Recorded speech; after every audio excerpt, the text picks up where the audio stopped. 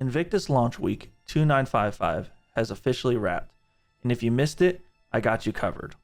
From daily free ships to new vehicle reveals and some absolute chaos on the pads, this has been peak Star Citizen madness. I'm TqxMythic. Let's break down what happened, what dropped, and which ships might actually be worth your money or your credits post-event. From May 15th to May 27th, Star Citizen opened the verse to everyone, no pledge needed. You started in an Avenger Titan, and each day unlocked new ships and vehicles to try for free based off the Expo's rotation. It was the perfect time to see what fits your playstyle, or to just spawn different ships and look around. Many people use them for bounties and many other contracts, learning the game and renting and trying new ships every day. Let's talk about the 5 big drops that made their debut this Invictus, and whether they were hype, helpful, or just heavy. The Greycat MTC.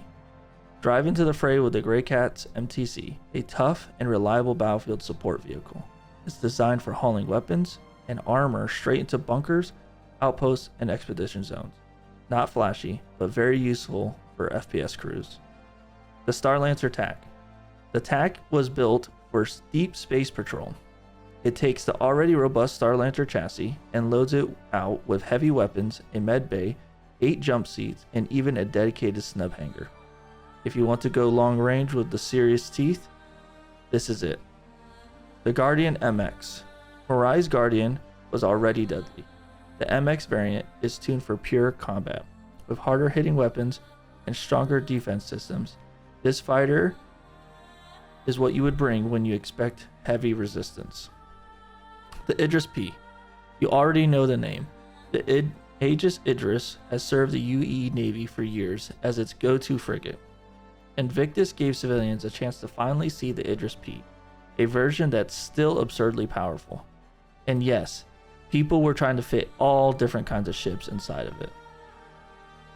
Last but not least, the Asgard, the vehicle dropship.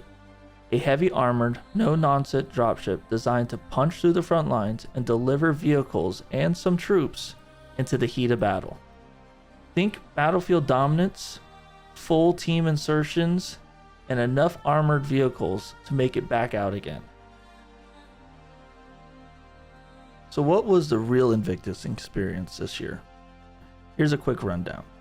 Trade terminals were broken, people got stuck into elevators as normal, ships exploded on spawn, one guy tried to fit 3 ships in a hangar and walked away like it was normal. I tried to put the Hull C into the back of the Idris as well as the Hammerhead, and of course the Idris survived. All these are things that actually happened this year in Invictus. But even with some of the bugs that were going on, there was so much more stability this year in Invictus that no one could have saw coming. The servers were better, player ships was better, and we had up to 600 people servers with some people still in queue the whole time Invictus was going on. This has not been seen in Star Citizen until this year. If you missed Invictus but still plan to buy or test in the future, here's what stood out. The Starlancer TAC for crewed patrols and long-haul bounty missions packs a heavy punch and has been a fan favorite a lot of people for this patch. The Guardian MX, if you're into dogfight purist, but note that while armor is still broken, it can easily be taken out by size 1 missiles. I love the Guardian MX, but it's something that will have to wait until engineering becomes a thing, in my opinion. The Asgard, if you love ground combat or multi-role drops, this thing is amazing. I think it's the next best thing since Crusader because we actually have a smaller vehicle transport. The only thing they need to work on is fixing the track vehicles so that they don't bounce inside the Asgard. The MTC for ground FPS players and org operations. I love using this thing over the Ursa. It holds less people, but I think the suit lockers, once they come into play and its abilities, make it way better and a lot easier to load up. And of course the Idris, if you're rich or just reckless. I love the Idris-P. I also own the K kit and the T kit. I've owned the Idris for a long time, so I didn't have to fight to get one like everyone else did. But it's an amazing vehicle, and it's now my mobile base, which is, I believe, its intention to be. That wraps up Invictus 2955.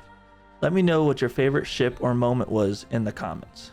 I'll be dropping more ship reviews, bounty builds, and chaos experiments this week.